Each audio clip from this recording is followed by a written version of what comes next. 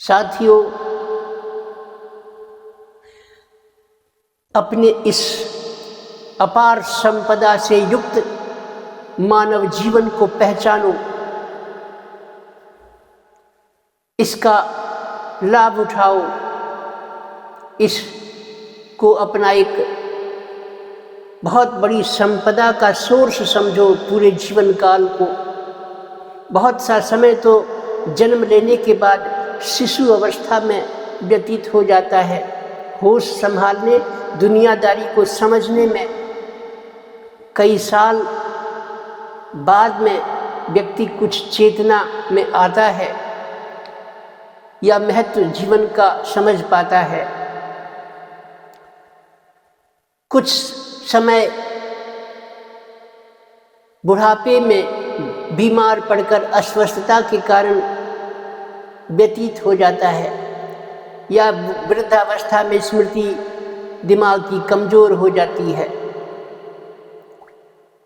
मस्तिष्क कार्य करने लायक नहीं रह पाता, स्मृति कमज़ोर पड़ जाती है। तो मान लीजिए कि बचपन का भी 8-10 साल 12 साल यूँ ही निकल जाता है शिशु अवस्था में और इधर उधर दुनियादारी को समझने में, और उधर मान लीजिए कि आखिरी समय जब वृद्धावस्था चरम पर होती है, उस वक्त स्मृति और याददाश्त भी कमज़ोर हो जाती है, शरीर के अंग शिथिल पड़ जाते हैं, कार्य की क्षमता घट जाती है, वो स्वयं उसे सहारे की ज़रूरत पड़ जाती है, जैसे एक बालक को सहारे की आवश्यकता पड़ती है। इसीलिए लिखा है, बुढ़ापा बहुधा बचपन का पुनरागमन हुआ करता है। एक तरह से वृद्धावस्था बचपन की तरह ही दूसरों पर डिपेंड रहना, दूसरों पर निर्भर रहने वाली अवस्था हो जाती है। तो अब बचा क्या? किशोरावस्था, जहाँ से अब आपकी बुद्धि एक्टिव हो रही है, कुछ सीखने का, इल्म हासिल करने का, शिक्षा ग्रहण करने का, अपने जीवन के भविष्य के निर्माण के लिए, सृजन के लिए, प्लानिंग के लिए अब आप कुछ कर सकते हैं।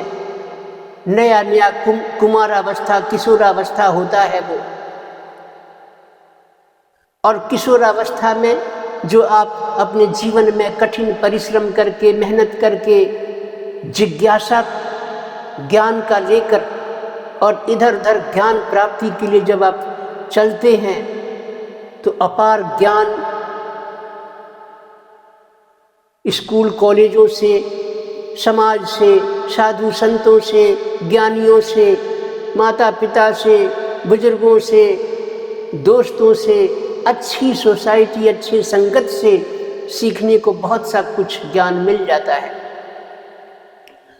उस वक्त वो ऐसी अवस्था होती है किशोरावस्था कि अगर आपने उस जीवन का मोल नहीं समझा तो बचपन के बाद, शिशु अवस्था के बाद वो किशोरावस्था भी आप खराब कर लेते हैं। ज्ञान अल्प मात्रा में जहाँ तहाँ ही मिल पाता है, जो पर्याप्त नहीं होता, उन्नति अच्छी वाली नहीं हो पाती, अच्छी शिक्षा प्राप्त नहीं हो पाती, कोई वोकेशनल कोर्स आप अच्छा नहीं सीख पाते, जीवन संघर्ष वाला फिर हो जाता है, बहुत कठिन फिर वो जीवन होता है।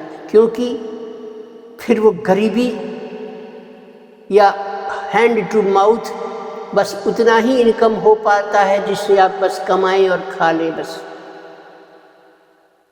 इसीलिए वो किशोरावस्था जो है वो बहुत महत्वपूर्ण किशोरावस्था होती है। इसके अलावा जो लोग चेत गए, उन्होंने तो मर्म को पता नहीं पहले से लेके आए होते हैं, या उनको ऐसा माहौल मिल जाता है जो बेचारे उस माहौल में ढल जाते हैं और अपने जीवन को अच्छी दिशा में मोड़ लेते हैं, अच्छा पढ़ लिख लेते हैं, अच्छे मार्क्स अचीव करते हैं, अच्छे नंबरों से पास हो जाते हैं, अच्छे फिर आगे चल के उनको कॉलेज मिलता है जहाँ और उच्च स्तर का ज्ञान पाते हैं, वोकेशनल कोर्स करके, और अपनी रोजी रोटी को बहुत अच्छे तरह से, व्यवस्थित तरह से जीवन जीने के लिए हासिल कर लेते हैं। जिसने बचपन में जीवन का मोल नहीं समझा, किशोरावस्था में मोल नहीं समझा, समय को बर्बाद किया, इधर उधर की बातें करके, बेकार की बातें करके, इंटरनेट पर बेकार का पोस्ट देखकर अपना समय नुकसान में डालते हैं आप। जो जमा पूंजी जो जीवन को व्यवस्थित करने के लिए मिली थी, उसे आप फालतू बातों में, इधर उधर लोगों के शिकवे शिकायत में, व्यंग में खराब कर लेते हैं। फिर आती है जवानी, युवावस्था, जहाँ अब आपको अर्निंग करनी है, कमाना है। वहाँ अब आप शिक्षा तो आपकी अधूरी रह गई, शिक्षा पाया नहीं ढंग से, पढ़े नहीं, समय गंवा दिया, अच्छे अंकों से पास नहीं हुए, जिससे उच्च स्तर के कॉलेजों में कहीं एडमिशन नहीं मिला, वोकेशनल कोर्स भी नहीं कर पाए ढंग से। नतीजा, अब जवानी जो कमाने की आई, उसमें अब आप संघर्ष शुरू हो गया। बहुत अल्प आय पर कहीं कोई जॉब करके, काम करके, इधर उधर, या बेकारी में भी बहुत से लोग उस जवानी को भी खो देते हैं। 30 साल 35 साल की उम्र हो जाती है, जॉब ढूंढने में उन्हें लोग समझाते हैं, परिवार के लोग, बेटा कुछ कर ले, बेटा कुछ कर ले। बहुत से लोग दिन में भी सोचते हैं जवानी में। जिसकी जवानी सो रही हो, उसके भविष्य का कौन कहेगा कि वो प्रोग्रेस होगी और संपदा हासिल कर लेगा। इसलिए देखो, मैं आपको एक आज कुछ बात बताता हूँ, मर्म को समझना और अपने जीवन को, अभी भी कुछ नहीं बिगड़ा है, संभाल लेना। दरिद्रता जब आती है जवानी में, शिक्षा के अभाव में, संघर्ष वाला जीवन, छोटे से वेतन पर जहाँ तहाँ काम करने, कहीं काम मिलता है कहीं छूट जाता है, ऐसी परिस्थितियाँ आती हैं, उन्हें फेस करते हो। विवाह कर देते हैं जब घर के लोग, तो शादी ब्याह के बाद बाल बच्चे और परिवार के पचड़े में फंसकर उनकी जवाबदेही निभाने में फिर आपके माथे पर शिकन नहीं बंद होता, चिंता शुरू हो जाती है। अब उसका दुष्प्रभाव आता है कि आप चिड़चिड़े हो जाते हैं। खुशी आपके जीवन से, जहाँ अच्छे हैप्पीनेस का जीवन मिलता, वहाँ आप चिड़चिड़े होकर अपना गुस्सा परिवार के सदस्यों पर, पत्नी पर, बच्चों पर बिताते हो, डांटते चिल्लाते हो, कपड़े फाड़ते हो। इसीलिए जीवन को जाया मत करो।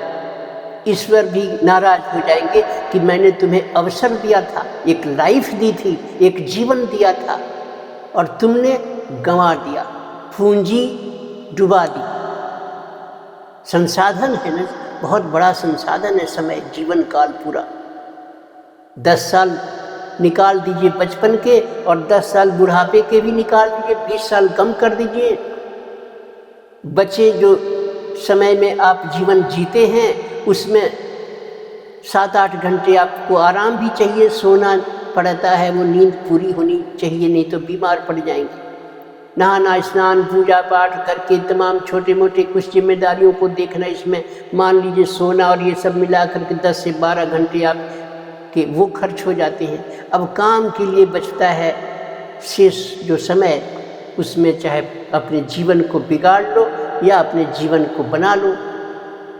माई बाप बार बार कहते पढ़ ले बेटा, पढ़ ले बेटा, बच्चा नहीं पढ़ता। अधेड़ अवस्था जब होती है तो गुरुजन कहते हैं जीवन को संभाल लो, भगवान से जुड़ो।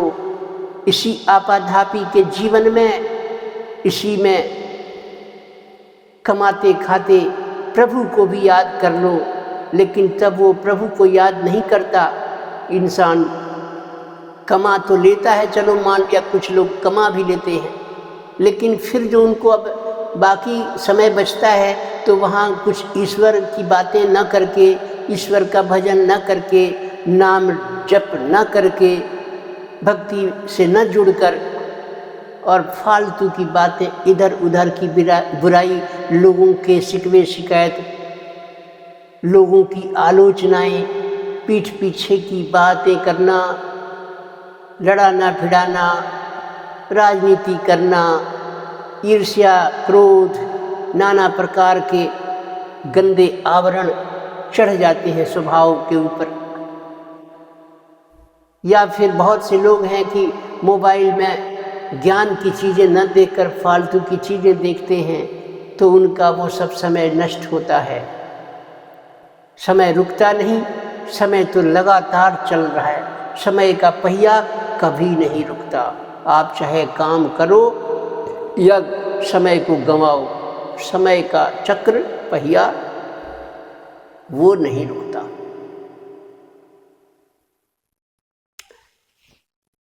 और इसमें अगर आप, बहुत से लोग हैं जो अच्छा पढ़ते हैं बचपन से, फिर उसके बाद उनको अच्छा कमाने का अवसर मिलता है, अच्छा पद मिल जाता है, अच्छी जीविका उपार्जन के लिए कोई व्यवसाय बिजनेस में वो चले जाते हैं, और बाद में फिर उनका हैप्पीनेस, लग्जरी लाइफ में आता है, समृद्धि आती है। उसके बाद वो उसी में से अपने व्यस्ततम समय में से कुछ समय निकालकर भगवान का भजन करके अपना परलोक भी सुधारते हैं, आगे का भी जीवन सुधारते हैं, भक्ति करते हैं, नाम जप करते हैं, भगवान का नाम लेते हैं, जो उनके बॉडी को इंटरनली और आउटर बॉडी को भी, मेंटल बॉडी, इमोशनल बॉडी को प्यूरिफाई करता है नाम जप, भगवान का नाम जप।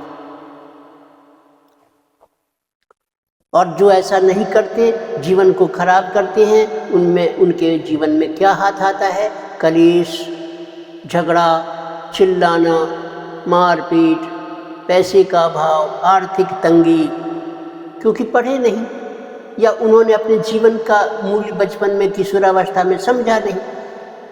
बस वो अब संघर्ष का जीवन उन्हें अब मिल गया, और उनके साथ साथ उनके परिवार के सदस्य भी अब भोग रहे हैं, संघर्ष में रह रहे हैं। दरिद्रता उनको व्याप जाती है। जरा सा कोई अगर आ जाए ऐसे जीवन में, आपको कोई खर्चा जिसमें समझ लीजिए कि वो खर्चा आपको तोड़ देता है, कोई बड़ा खर्च आ जाए जिस खर्च के कारण आपको कर्ज चढ़ जाए, तो समझ लेना कि अब उस कर्ज को चुकाते रहो। एक फंक्शन किया, अब कर्जा चुकाते रहो, चुकाते रहो, चुकाते रहो, फिर संघर्ष में जीवन आ गया। यही कारण है कि नींव जो है फाउंडेशन बचपन की, वो एक अपॉर्चुनिटी है, एक सुअवसर है। उसे पहचान कर अपने जीवन को व्यवस्थित कर लें। और अगर वो जीवन आपने खो दिया है, अब आप खुद अगर अधेड़ावस्था में हैं, या अब आप प्रौढ़ावस्था में आ गए हैं, आप कोई वृद्धावस्था की ओर अग्रसर हो रहे हैं, तो अब इस शेष जीवन को भगवान के नाम जप में लगाएं, धार्मिकता में लगाएं, मेडिटेशन करें, एक्सरसाइज करें, ताकि अधिक से अधिक समय तक आप स्वस्थ रह सकें, प्रसन्न रह सकें, और साथ ही साथ आपकी आध्यात्मिक उन्नति भी हो। और इसके साथ साथ आप जो है अपने परिवार को भी सुख शांति प्रदान कर सकें। इस जीवन में आने का आपका जो इरादा है, लक्ष्य है, या भगवान के द्वारा आप भेजे गए हैं, तो उन्हें भी खुशी मिलती कि चलो इसको भेजा तो इसने जीवन का सदुपयोग किया। और लिखा भी है रामायण में, एक प्रसंग मैं सुना रहा हूँ, नहीं दरिद्र सम दुख जग माही, दरिद्रता के समान इस संसार में कोई दुख नहीं। अभाव में जीने से जीवन बड़ा मुश्किलों से भरा हो जाता है। नहीं दरिद्र सम दुख जग माही, संत मिलन सम सुख जग नाही। संत अगर आपको कोई अच्छा मिल जाए, तो उससे जो ज्ञान मिलेगा, शांति मिलेगी, प्रगति होगी, आध्यात्मिक उन्नति होगी, उस संत के मिलन से बढ़कर कोई सुख नहीं जग में। और इसी तरह लिखा है कि दरिद्रता के समान जीवन में कोई दुख नहीं। पर उपकार बचन मन काया, संत सहज स्वभाव खगराया। जगत में दरिद्रता के समान दुख नहीं है तथा संतों के मिलने के समान जगत में सुख नहीं है, और मन वचन और शरीर से परोपकार करना ये संतों का सहज स्वभाव है। तो परोपकार कब होगा? जब आपके अंदर की बुद्धि शुद्ध होगी, अच्छी होगी। अगर आप खुद व्यवस्थित नहीं हैं, नशाखोरी की लत लग गई, कहीं आप नशा करके पड़े हो, तंद्रा टूटी फिर नशा चाहिए, या घर में कोई अभाव के कारण परिवार दुखी रह रहा है, आप खुद दुखी रह रहे हो, कोई बड़ा भारी खर्चा आ जाए, कोई फंक्शन करना पड़ जाए, बच्चों को एडमिशन कराना पड़ जाए, कोई बड़ी बीमारी आ जाए, उसका उपचार कराना पड़ जाए, हालत और खराब हो जाती है। इसके जिम्मेदार कौन है? ईश्वर ने तो आपको अच्छा अवसर देकर, जन्म देकर भेजा था, और कष्ट अगर आ रहा है तो उसके लिए कौन रेस्पॉन्सिबल है? आप स्वयं। क्यों नहीं चेते? पहले ही आपने सृजन अपने भविष्य का क्यों नहीं किया? क्यों प्रगति के बारे में नहीं सोची? क्यों परिश्रम नहीं किया? क्यों मेहनत नहीं की? क्यों अच्छी पढ़ाई नहीं की? क्यों अच्छा कोई ट्रेनिंग नहीं किया? कोई हासिल वोकेशनल कोई कोर्स क्यों नहीं किया? समय था, लेकिन समय पर आप चेते नहीं। तो कहने का मतलब है कि एक और रामायण में बात लिखी है, सुमति कुमति सबके उर रहहि, नाथ पुराण निगम अस कहहि। जहाँ सुमति तहाँ संपत्ति नाना, जहाँ कुमति तहाँ विपत्ति निदाना। पुराण और वेद ऐसा कहते हैं कि अच्छी बुद्धि यानी सुबुद्धि, सद्बुद्धि, और कुबुद्धि यानी खोटी बुद्धि सबके हृदय में रहती है। सबके हृदय में पाप और पुण्य दोनों भाव रहते हैं, अच्छी बुद्धि भी और बुरी बुद्धि भी। जहाँ सुबुद्धि है वहाँ नाना प्रकार की संपदाएं हैं, अर्थात सुख हैं, सुख की स्थिति है। और जहाँ कुबुद्धि है वहाँ परिणाम में विपत्ति यानी दुख रहता है। तो कहने का मतलब कि देखो, अपने जीवन को अभी भी संभालो। आपकी सोच ही अभी भी आपके अंदर ऊर्जा से आपको भर देगी। सोच को बदल लो, पॉजिटिव सोचो। संसार में आकर अपने जीवन के चिंता को पहले करो, दूसरों की चिंता कि उस पार्टी, उस कांग्रेस पार्टी, उस बीजेपी पार्टी और उसका बेकार के समय में क्षण बर्बाद करके। वो धर्म पहले आपका नहीं है दूसरों को देखना, पहला धर्म है आपको अपना देखना, खुद को स्टैंड करना, अपने पाँव को मजबूत करना। कांग्रेस पार्टी, बीजेपी पार्टी, किसी भी बाकी के बातों में, वार्तालापों में समय को बर्बाद करके क्या फ़ायदा। एक घूंट पानी पियो सुबह, एक बार संकल्प ठान लो कि अब मुझे बदलना है। जो काम आपको अच्छा लगता हो उसकी प्लानिंग करके एक बार हौसला बुलंद कर लो। एक बार आप कोई मजबूत कदम, ठोस कदम, इरादा पक्का करके जुट जाओ, झोंक दो, अपने पुरुषार्थ को लगा दो। कोई इष्ट आपके हैं, उनसे बस सहारा मांग लो कि प्रभु मुझे ऊर्जा से भर के रखना, उत्साह से भरे रखना। निडर बनो, डरावनी बातें, निरुत्साहित करने वाली बात, उत्साह को खत्म करने वाली बातों को मत सोचो, मत सुनो। परिस्थितियों का रोना मत रो, उत्साह से भर जाओ, जोश में भरे रहो। अपने लक्ष्य को, टारगेट को एक कागज के पन्ने पर बड़ा सा लिखकर सामने रखो, रोज उस पर आपकी नजर पड़े और उस लक्ष्य को हासिल करने के लिए आपके प्रयास कितनी प्रगति कर रहे हैं। प्रोग्रेस रिपोर्ट आप अपनी खुद चेक करते रहो। जब जोश में रहोगे तो शरीर में ऊर्जा रहेगी। ऊर्जा और हिम्मत और उत्साह से जीवन सफल हो जाता है। दूसरा कोई नहीं आएगा आपको सफल करने। आपकी हिम्मत आपको अच्छा करेगी, आपकी हिम्मत आपको प्रगति देगी, आपका उत्साह आपको धनवान बनाएगा। आप निराश होकर, मायूस होकर बैठ जाएंगे तो आक्रमण हो जाएगा निराशाओं का, विषम परिस्थितियों का। थक हार जाएंगे, हिम्मत टूट जाएगी, परिस्थितियों का आक्रमण हो जाएगा, आपका जीवन बर्बाद हो जाएगा। कभी भी नेगेटिव बातें मत सुनो, ऐसी जगह ठहरो मत जहां लोग आपके उत्साह को कम कर रहे हो। नाता बंद कर दो ऐसे लोगों से कुछ समय के लिए जो आपकी हिम्मत को तोड़ देने का काम करते हो, हिम्मत तोड़ते हो। उनके पास मत बैठो, उसके पास बैठो जो आपको मोटिवेशनल पावर देता हो।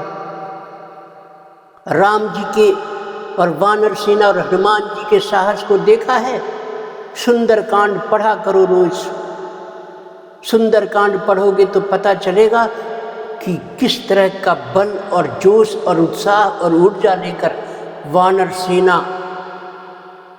बजरंग बली बाबा हनुमान जी को और राम जी के साथ किस प्रकार वो टीम चली और कैसे जाकर के आक्रमण बोल दिया, धावा बोल दिया, हमला बोल दिया, पराजित कर दी बुराई को और जीत हो गई हिम्मत की, साहस की जीत हुई,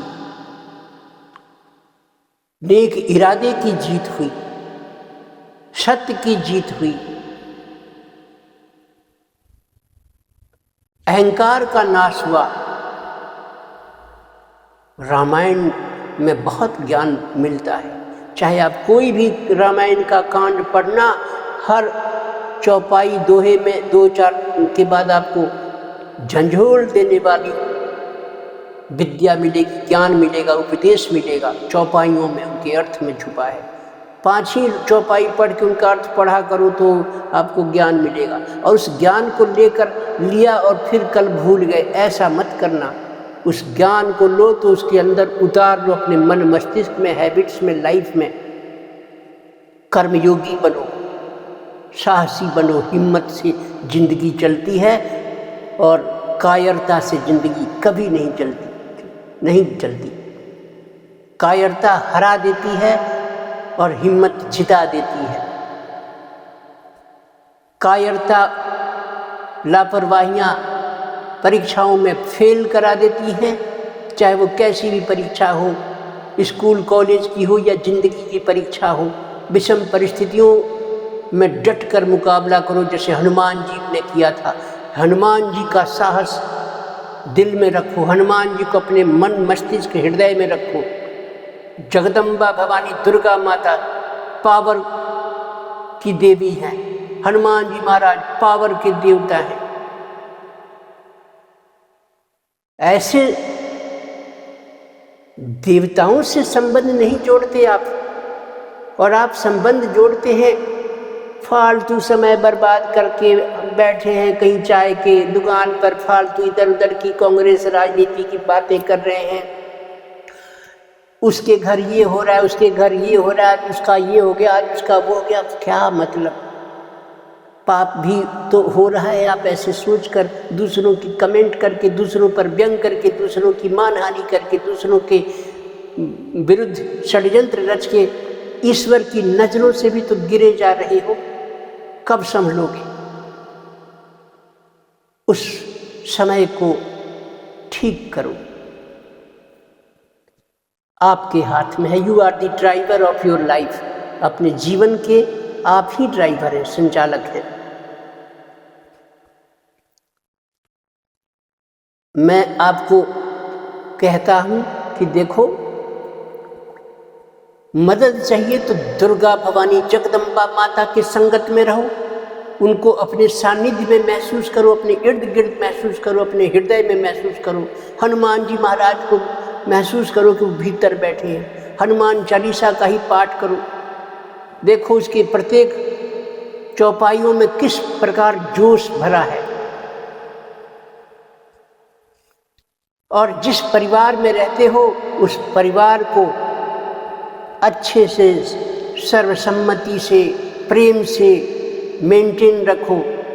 कभी रिपेयरिंग की भी ज़रूरत पड़ती है ना, दीवार की प्लास्टर झड़ जाता है, रंग उतर जाता है, तो आप उसको रिपेयर करते हो ना। उसी तरह से आम गृहस्थी जो आपके परिवार की है, एकता है, ताकत है एकता की, उस एकता की ताकत को, उस यूनिटी के पावर को, एकता के पावर को मेंटेन रखो। सीमित सिकुड़ कर मत रहो, संकुचित विचार मत रखो, संकुचित मत बनो। अपने ही परिवार में अपने ही लोगों से नाता तोड़कर आप अपने जीवन में बहुत से उत्साहवर्धक लोगों से संबंध तोड़ लोगे। संकट में अपना ही काम आता है, बाहर का शायद काम आए ना आए। इसीलिए रामायण ने लिखा है, जहाँ सुमति तहाँ संपत्ति नाना, जहाँ कुमति तहाँ विपत्ति निदाना। जहाँ सम्मति है, एकता है, यूनिटी है, अच्छी बातें हैं, कोई गलतफहमी है, उसे आपस में एक दूसरे से बैठकर शांति से बिना चिल्लाए बात करके करने में क्या हर्ज होता है। What is the problem with you? आराम से उसको समाधान करने की स्किल नहीं है आपके पास। दीवार की मरम्मत कैसे कर लेते हो, टूट फूट को कैसे मरम्मत कर लेते हो, गाड़ी की सर्विसिंग कैसे करा लेते हो, खरखराहट गाड़ी में कहीं आवाज़ आ रही है, साइकिल में कोई खरखराहट आ रही है, कैसे ले जाकर उसकी गोली ग्रीसिंग कराते हो और खरखराहट बंद हो जाती है। वॉशिंग मशीन जो रोज़ काम कर रहा था, मदद कर रहा था, कपड़े धोता था, कपड़े सुखाता था, वो मशीन ख़राब हो जाती, कैसे उसको तुरंत रिपेयर करा लेते हो कि कल से अब कपड़ा कौन धोएगा। इसी तरह से ये आपका गृहस्थी, आपका परिवार, आपके लोग, आपके अपने लोग, आपके अपने भाई बहन, माँ बाप, दादा दादी, ये अपनी संपत्ति है। इनकी कद्र, इनकी वैल्यू है, एकता की कीमत है। इसीलिए ऊर्जा से भर जाओ। वानर सेना की एकता ने लंका को धराशायी कर दिया। हनुमान जी की ऊर्जा, हनुमान जी की हिम्मत जीत कर लौटे वो लोग, सीता माता को ले ही आए। एकता तो उनमें भी थी, रावण के कुल में और उनके ग्रुप में, लेकिन वो कुरीति से भरी हुई थी। और ये टीम हनुमान जी और राम जी वाली, ये नीति से पकी हुई थी, इसलिए इनकी जीत हुई और उनकी हार हुई। हिम्मत तो दोनों तरफ था। मर्म को समझो। कोई दुनिया में ऐसा टारगेट नहीं, कोई ऐसा काम नहीं जो हासिल न हो। कुछ भी अलभ्य नहीं है दुनिया में। ये आपकी कमजोरियां हैं, आपकी हिम्मत में कमजोरी है, आपके विचारों की कमजोरी है। आप डिप्रेशन में हो, आप निराश हो, आप में नकारात्मक को पाले रखने का शौक है, उसे हटाने की साहस क्यों नहीं है आपके अंदर। वीडियो तो देखो बहुत लंबी हो जाएगी, मैं फिर बात करूँगा। अभी मैं आपसे इतना ही कहूँगा कि देखो, आप अभी से सुधरो। धन्यवाद। वीडियो पसंद आए तो सब्सक्राइब करिएगा। मोटिवेशनल वीडियो आज बनाने का मन किया, मैंने कुछ बातें आपको बता दी जो मेरे जीवन में, आपके जीवन में, आपके इष्ट मित्रों में कहीं हो सकती है। वो सब सुधार भगवान अवतरित होकर नहीं करते, आप ही से सुधार करने के लिए आपको प्रेरणा देते हैं। कुछ आपके अंदर चेष्टा तो हो, कोशिश तो हो। नशा करते हो, नशा छोड़ने की इच्छा शक्ति तो आपके अंदर होनी चाहिए ना। दूसरा क्या करेगा, शिक्षाएं दे सकता है। वीडियो सब्सक्राइब करिएगा मित्रों। फिर कल मिलते हैं। धन्यवाद। शुभ रात्रि।